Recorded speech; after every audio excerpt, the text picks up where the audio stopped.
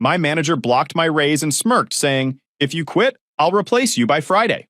So I let him try for 1 week, and by day 5, the vendor contracts collapsed and legal got dragged into the mess. So yeah, I'm the guy who just watched his former manager lose about $3 million in vendor contracts because he thought I was bluffing. Spoiler alert, I wasn't. Let me back up. I worked at a mid-sized manufacturing company in the Midwest. Not some fancy Silicon Valley startup or anything, just a solid operation that makes industrial parts for automotive suppliers. The kind of place where people actually make things instead of having meetings about meetings. We employed about 300 people across 2 facilities, and our annual revenue hovered around 80 million. Not huge, but respectable. I was the procurement manager, which basically meant I handled all the vendor relationships, negotiated contracts, and made sure our supply chain didn't implode every other week. Every single component that went into our products came through me. Raw materials, packaging, tools, machinery parts, safety equipment, you name it. If we needed to buy it, I was the guy who made it happen. The role was more complex than it sounds. I wasn't just ordering stuff from a catalog. I was managing relationships with 47 different suppliers across 12 states and 3 countries. Each one had their own quirks, lead times, quality standards, and pricing structures. Some were massive corporations with rigid processes. Others were family-owned operations, where a handshake still meant something. My job was knowing which was which, knowing who to call when we needed something yesterday, knowing who'd work with us on payment terms when cash flow got tight, knowing which suppliers would prioritize our orders during shortages, and which ones would ghost us the second a bigger customer came calling. I'd been there for 6 years. Started as a junior buyer right out of college and worked my way up. Learned the ropes, built relationships with suppliers, figured out who was reliable and who would ghost you the second prices went up. By year 3, I was running the whole department. Just me and 2 assistants who mostly handled data entry and phone calls. Those first few years were tough. I made mistakes. Ordered too much of something, not enough of something else. Missed a delivery deadline that shut down our assembly line for half a day. That cost the company about $50,000 and nearly got me fired. I learned from it, though. Started building in buffer time. Created backup supplier relationships. Developed a sixth sense for when something was about to go wrong. By year 4, I had the system humming. I'd renegotiated most of our major contracts, saving the company about $800,000 annually. I'd built personal relationships with key account managers at every supplier. Knew their kids' names. Sent Christmas cards. Remembered birthdays. That probably sounds corny, but in B2B relationships, that stuff matters. People do business with people they like. I also developed a proprietary tracking system that nobody else understood. It wasn't in any manual or software program. It was a combination of spreadsheets, notes, and pure institutional knowledge. I knew which suppliers had quality issues with specific SKUs.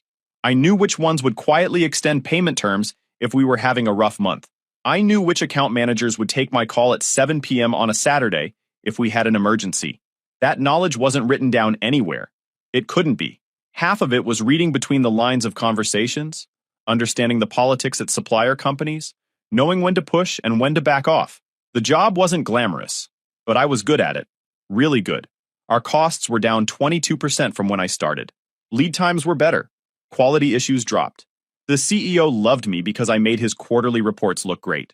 The operations team loved me because parts showed up when they were supposed to. Even accounting didn't hate me, which is saying something because procurement and accounting usually exist in a state of mutual passive aggression. I'd also saved the company's reputation more than once. There was the time our primary steel supplier went bankrupt with zero warning.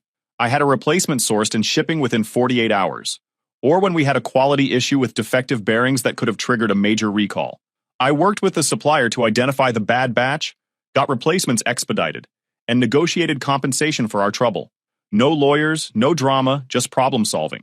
The CEO had personally thanked me for that one. Told me I'd save the company somewhere between $500,000 and $1 million in potential liability. I figured that was worth something come review time. I was wrong. Then we got a new VP of operations. His name was Gerald, mid-50s. Came from some company in Ohio that went under 2 years after he left. Should have been a red flag, but the board wanted someone with experience, and Gerald talked a good game in interviews. He had an MBA from a decent school, 20-plus years in manufacturing, and a resume that looked impressive if you didn't dig too deep. From day one, Gerald had this vibe like he needed to prove he was the smartest guy in every room. He'd interrupt people in meetings to correct minor details that didn't matter. Someone would say a delivery was scheduled for Tuesday, and he'd jump in with, "Actually, according to the logistics report, it's arriving Tuesday afternoon at 2:17 p.m." Like the exact time mattered for a strategic discussion. He'd send emails at midnight just to show he was working late. Most of them were nitpicking minor issues or asking for reports that nobody had ever requested before. He wore expensive suits that looked ridiculous in a manufacturing plant, where everyone else wore business casual at best. The plant floor guys started calling him the Penguin behind his back because of how he waddled around in his three-piece suits trying to look important. But whatever. I've dealt with difficult bosses before. You smile, nod, do your job, and wait for them to either chill out or leave. Usually works. Gerald's thing was micromanagement. He wanted reports on everything, daily updates on supplier communications, copies of every email I sent to vendors, spreadsheets tracking metrics that nobody had ever cared about before. He wanted to know our inventory turnover ratio, broken down by supplier. He wanted aging reports on payables updated twice a week. He wanted to be CC'd on every purchase order over $1,000. It was annoying, but I complied. Figured he'd ease up once he realized I knew what I was doing. He never did. Instead, he started questioning my decisions. I'd negotiate a contract at a certain price point, and he'd email asking why I didn't get it cheaper. Never mind that I'd gotten us the best terms in the industry. Never mind that our margins on those parts were excellent. He always thought he knew better. The worst part was his complete lack of understanding about how supplier relationships actually worked. He seemed to think every vendor was trying to rip us off, that every negotiation was a zero-sum game where somebody had to lose. I tried explaining it to him once. Told him that strong supplier relationships meant better service, priority treatment during shortages, flexibility on terms when we needed it. He looked at me like I was naive, said something about how business is business, and we needed to maximize shareholder value. Cool. Except we weren't a publicly traded company, and treating suppliers like adversaries was a great way to end up at the bottom of their priority list. About 2 months into his tenure, he started sitting in on my supplier calls. Just showed up one day and announced he'd be joining. The first one was with Reynolds Industrial, our primary aluminum supplier. James, their account manager, and I had a great relationship. We'd been working together for 4 years. These calls were usually casual check-ins, order volumes, delivery schedules, maybe some small talk about business conditions.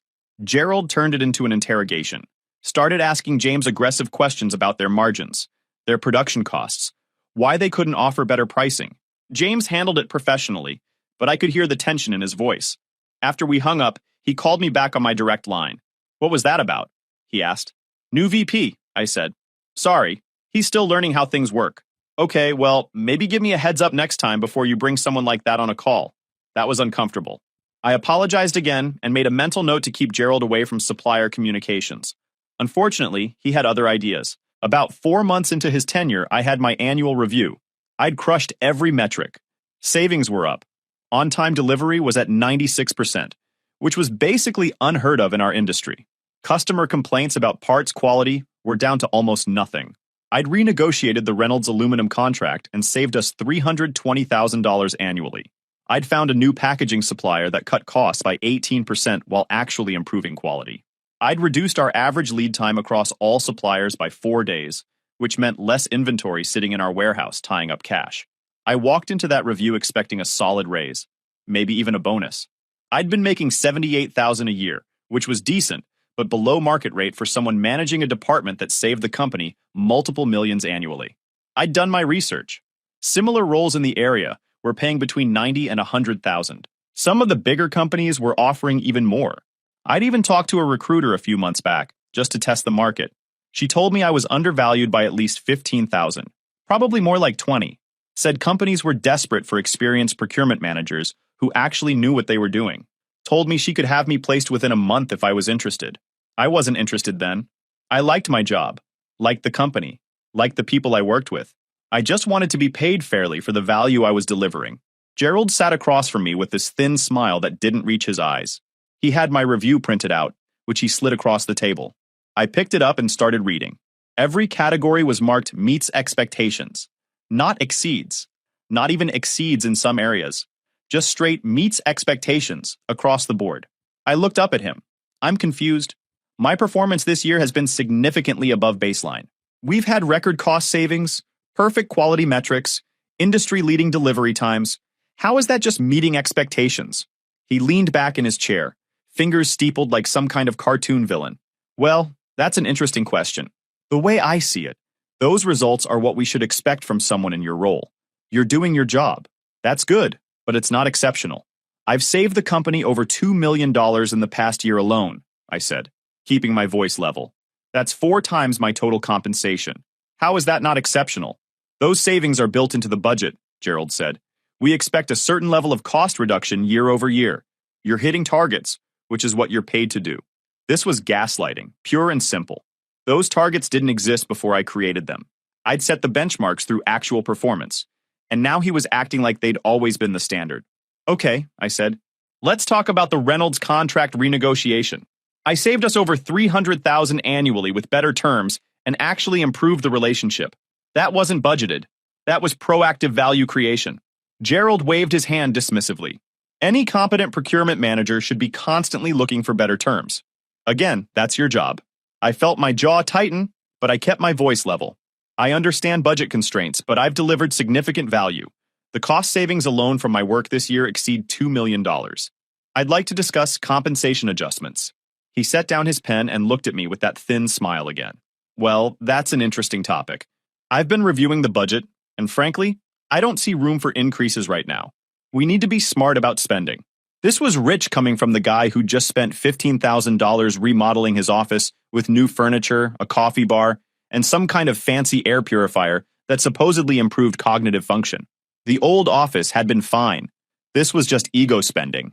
With respect, I said, I've exceeded expectations across every measurable category. I've researched comparable positions, and the market rate for this role is significantly higher than my current salary. I'm at least $15,000 to $20,000 below market. Gerald's smile got wider, more condescending. You know, I hear this a lot from people. They look at some online salary surveys and think they're underpaid. But those surveys don't account for everything. The stability of working here, the benefits, the work-life balance. When you factor in the total compensation package, you're doing quite well. I'm not talking about online surveys, I said. I'm talking about direct conversations with recruiters and colleagues in similar roles. The market is clear. Well, Gerald said, sitting forward, you're welcome to explore other opportunities if you feel undervalued. But I should tell you, in my experience, people who threaten to leave rarely follow through. And if you did quit, I'd have you replaced by Friday. Procurement isn't exactly rocket science. There it was, that smirk, like he'd just checkmated me. He continued, apparently enjoying himself. I've managed procurement teams at much larger organizations. The fundamentals are simple. You find suppliers, you negotiate prices, you manage contracts. I could teach any reasonably intelligent person to do your job in a couple weeks. The idea that you're somehow irreplaceable is, frankly, a bit naive. I sat there for about 10 seconds, just looking at him, processing what he'd said, processing the casual dismissal, the contempt, the absolute certainty that I was bluffing. Then I nodded slowly. That's good to know. I appreciate your honesty. Glad we understand each other, Gerald said. He picked up his pen again, a clear signal that the meeting was over. Now, I need you to prioritize the Reynolds contract renewal. I want it done by end of week. I stood up. Sure thing.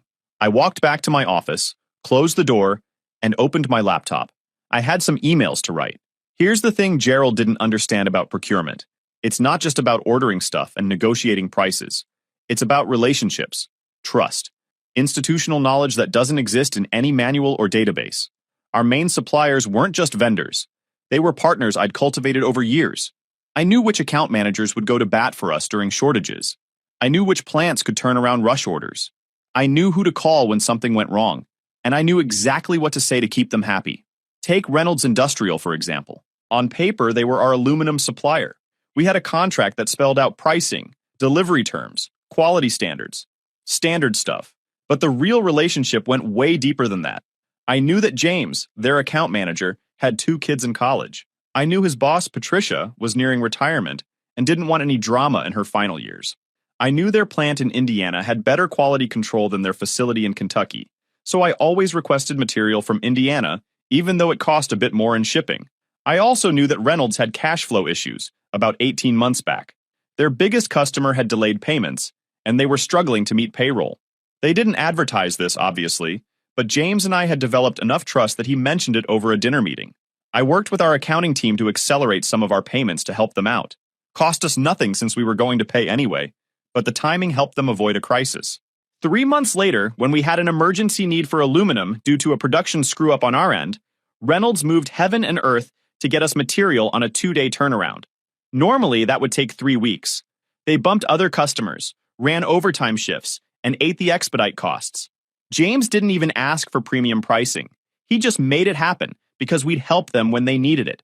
That's the kind of relationship you can't build with aggressive emails and contract clauses.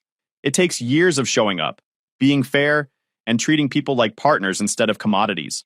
All of that lived in my head. Sure, we had contracts and PO systems, but the real value was the relationships, the favors banked, the goodwill earned, the understanding that we'd take care of each other when it mattered.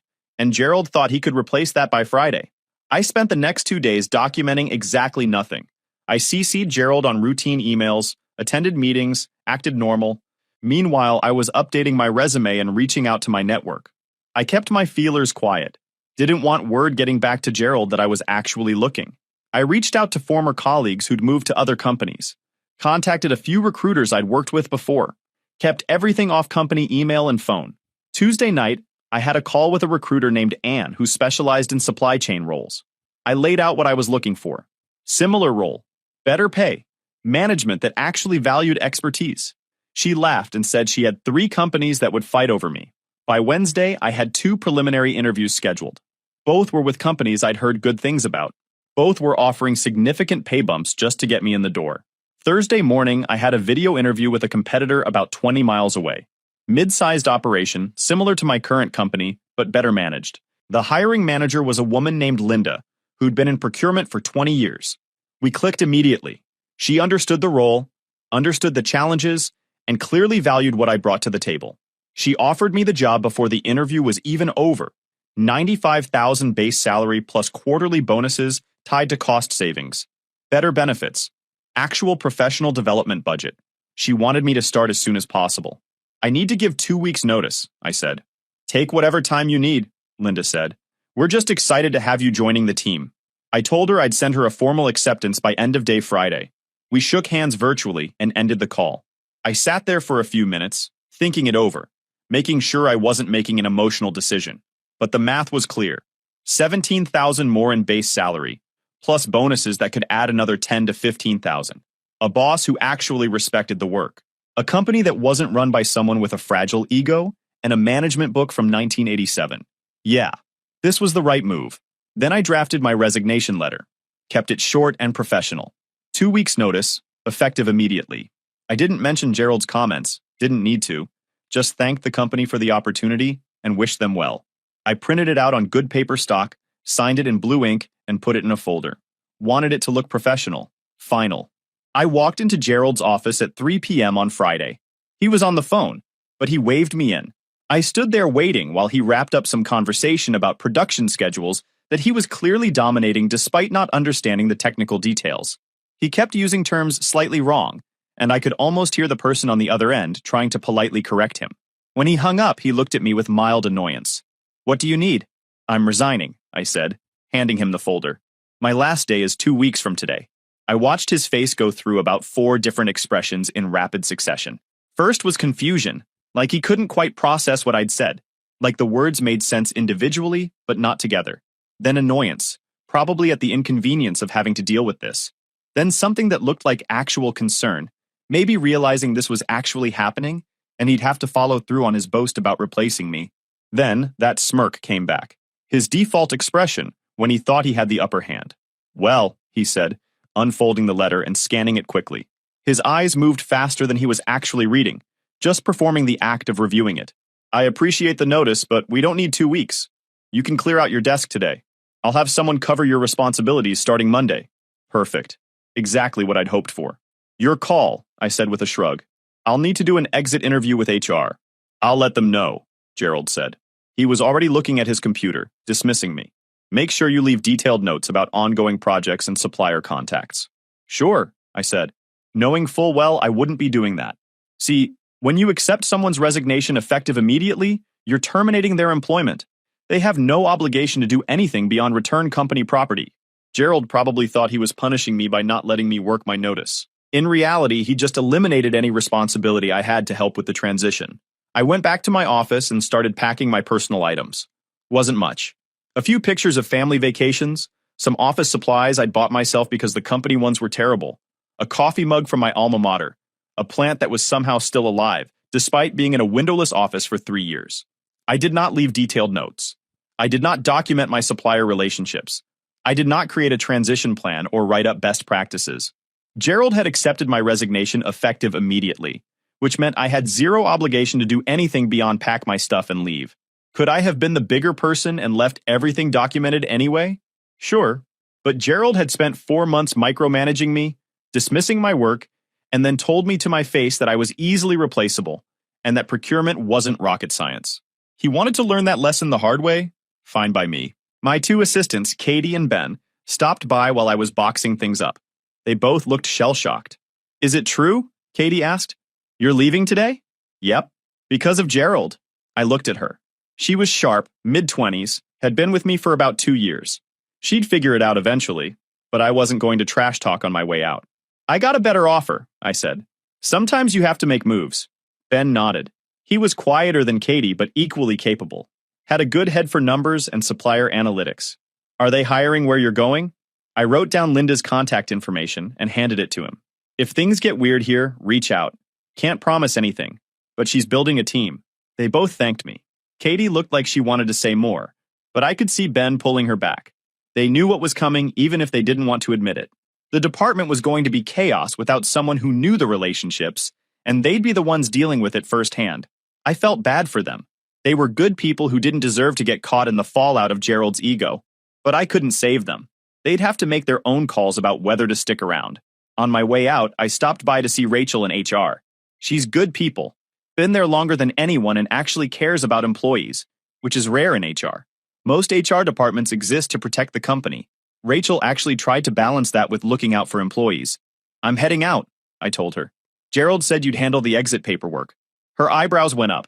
He's accepting your resignation effective immediately? Yep. She sighed and pulled up something on her computer. That's not standard protocol. We're supposed to have proper knowledge transfer, offboarding procedures, exit interviews done at the end of the notice period. But okay, I'll process everything. Do you have time for an exit interview now? Sure. We went into one of the small conference rooms. Rachel had a standard form with the usual questions. She went through them methodically, typing my responses. Why are you leaving? Better opportunity at a competitor. More money, better growth prospects. What could we have done better? Could have addressed compensation concerns before it became an issue. Would you recommend this company to others? Depends on the role and the management. She paused at that last one. Can you elaborate?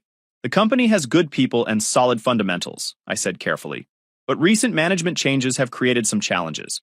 I'd recommend it to someone who's a good fit for the current leadership style. Rachel typed that, then stopped and looked at me. Off the record, sure. Gerald's going to screw this up, isn't he? I met her eyes. I think Gerald believes procurement is simpler than it actually is. He'll figure it out eventually. Question is how much it'll cost before he does. She nodded slowly. For what it's worth, I pushed back on his decision to let you go immediately. Told him we needed a proper transition period. He overruled me. Said he wanted to send a message that nobody's irreplaceable. Well, I said, he's about to find out if that's true. Can I give you some advice? Sure. Document everything about today. The time Gerald accepted your resignation. Exactly what he said. The fact that he terminated you effective immediately. Save any emails, just in case there's any weirdness later with final pay or benefits, or if he tries to claim you abandoned your position. I appreciated that. Rachel was covering her own bases too, protecting the company from potential liability, but she was also looking out for me. That's the balance good HR people walk.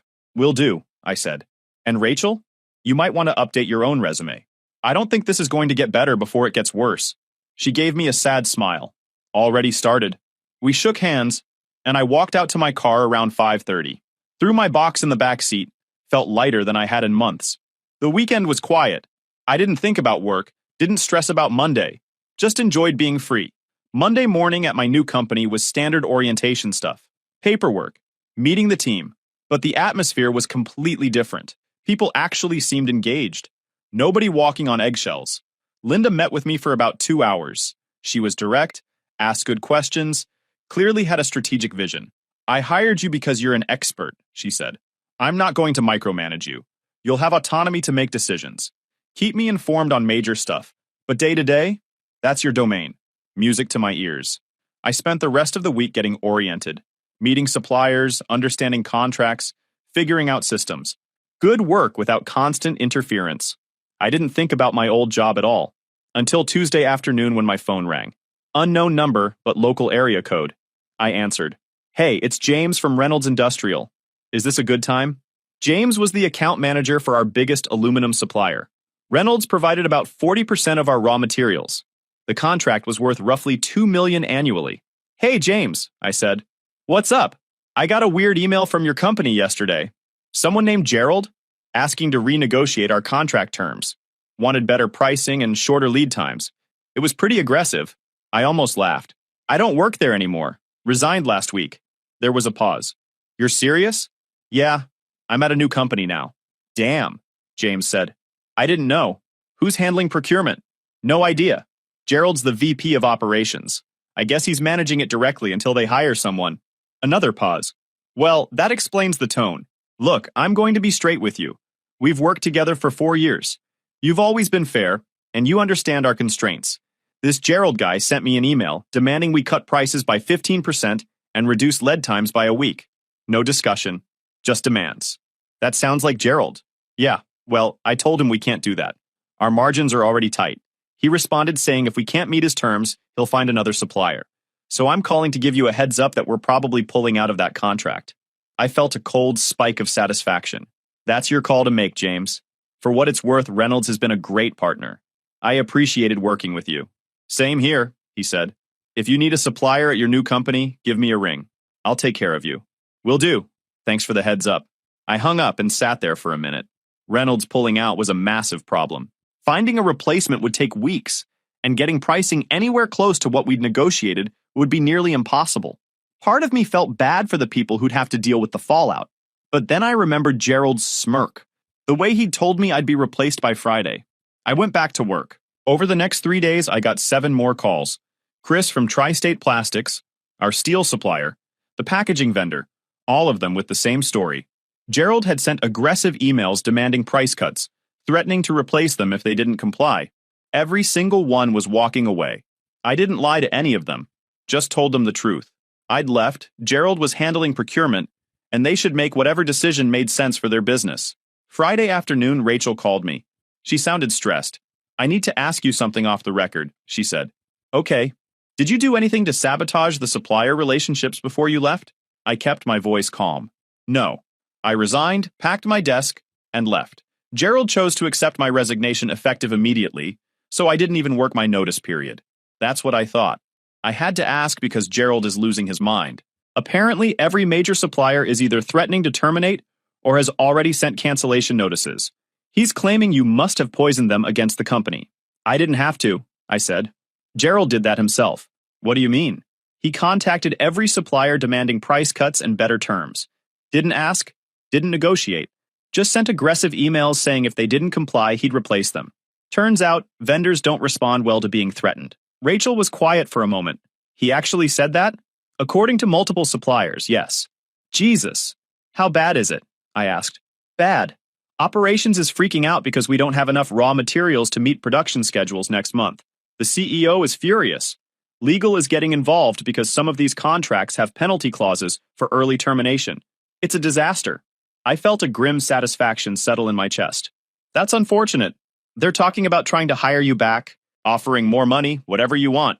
Not interested. I figured. Look, I'm sorry about how this went down.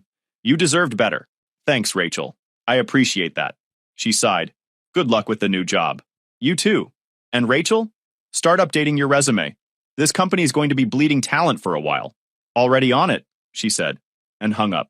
I sat there thinking about Gerald, wondering if he understood yet what he'd done, whether he realized that replacing me wasn't the hard part. Replacing 6 years of relationship building and trust was impossible. The following week, I started getting LinkedIn messages.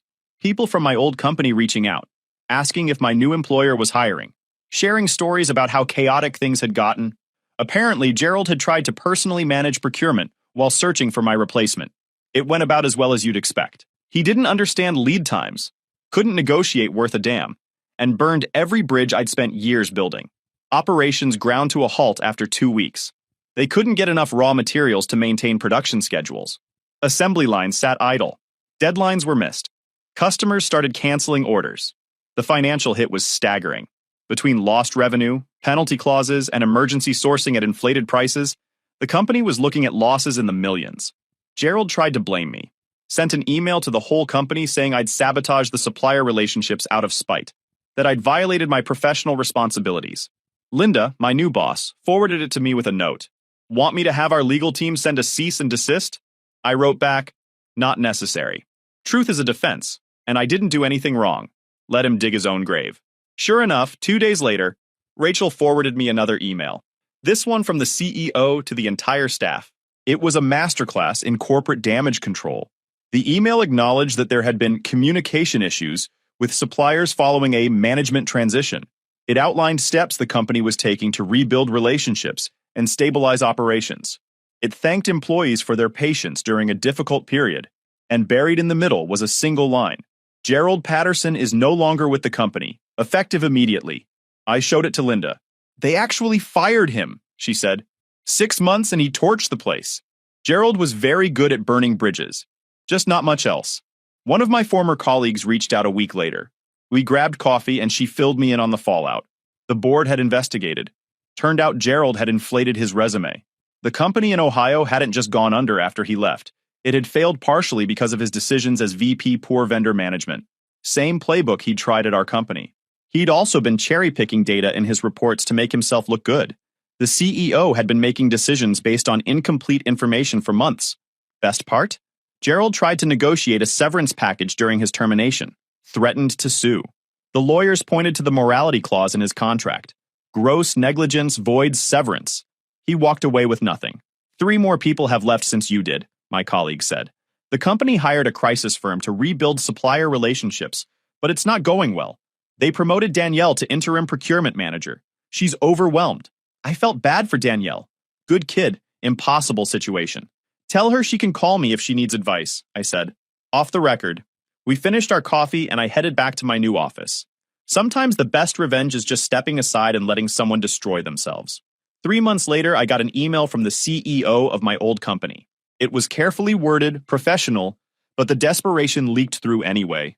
He apologized for how my departure had been handled, acknowledged that the company had made serious mistakes in management, asked if there was any possibility I'd consider returning. The offer was generous. $110,000 base salary, profit sharing, a signing bonus to cover what I'd lost in unvested benefits, a guaranteed seat in management meetings. Basically everything I'd wanted before Gerald showed up. I read it twice. Then I forwarded it to Linda with a subject line. FYI, not taking this. She wrote back, good, we like having you here. I responded to the CEO politely, thanked him for the offer, explained that I was happy in my current role and not looking to make a change. Wished him and the company well. He wrote back within an hour, asked if I'd at least consider consulting, helping them rebuild the supplier relationships. He'd pay whatever my rate was. I thought about it for maybe 30 seconds. Then I wrote back, I appreciate the offer, but I'm not available. However, I'd recommend reaching out to James at Reynolds Industrial and Chris at Tri-State Plastics. They're both professional and fair. If your new procurement manager approaches them with respect instead of demands, they might be willing to restart conversations. Good luck. I never heard back. Life moved on. I settled into my new role, built relationships with a new set of suppliers, implemented some of the ideas I'd never gotten to try at my old company, got a promotion after 8 months. My old company limped along. They eventually stabilized, but the damage was permanent. Revenue was down. Market share eroded. Several longtime customers had switched to competitors during the supply chain chaos and never came back. Last I heard, they were considering selling to a larger firm. The CEO who'd emailed me had retired early. The board had cleaned house, all because Gerald thought procurement wasn't rocket science. 3 months later, I got an email from the CEO of my old company. It was carefully worded, professional, but the desperation leaked through anyway. He apologized for how my departure had been handled, acknowledged that the company had made serious mistakes in management, asked if there was any possibility I'd consider returning. The offer was generous. $110,000 base salary, profit sharing, a signing bonus to cover what I'd lost in unvested benefits, a guaranteed seat in management meetings. Basically everything I'd wanted before Gerald showed up. I read it twice. Then I forwarded it to Linda with a subject line, FYI, not taking this. She wrote back, good. We like having you here. I responded to the CEO politely, thanked him for the offer, explained that I was happy in my current role and not looking to make a change, wished him and the company well. He wrote back within an hour, asked if I'd at least consider consulting, helping them rebuild the supplier relationships. He'd pay whatever my rate was. I thought about it for maybe 30 seconds. Then I wrote back, I appreciate the offer, but I'm not available. However, I'd recommend reaching out to James at Reynolds Industrial and Chris at Tri-State Plastics. They're both professional and fair. If your new procurement manager approaches them with respect instead of demands, they might be willing to restart conversations. Good luck. I never heard back. 6 months after I left, Katie reached out. She'd taken my advice and applied to Linda's team, got hired as a buyer. We grabbed lunch her first week. It's so different here, she said. People actually communicate. Management listens. I forgot what it felt like to not be stressed all the time. What happened to Ben? I asked. He left 2 months after you did. Got a job in logistics at a distribution company. Better pay, better hours. And the old place? Katie shook her head. They hired someone to replace you eventually. Some guy from a consulting firm. He lasted 3 months before he quit. Then they hired someone else who's trying to rebuild everything from scratch. But the damage is done. Half the suppliers won't work with them anymore. The ones who stayed jacked up their prices because they know the company's desperate. What about operations? Revenue's down 30% from last year. They laid off about 60 people in manufacturing. The CEO announced his retirement last month. Word is they're shopping the company around, trying to find a buyer. I nodded. Wasn't surprising, but still sobering to hear. If you enjoyed this video, please hit that subscribe button. It really helps the channel and help us bring you more and better stories. Thanks.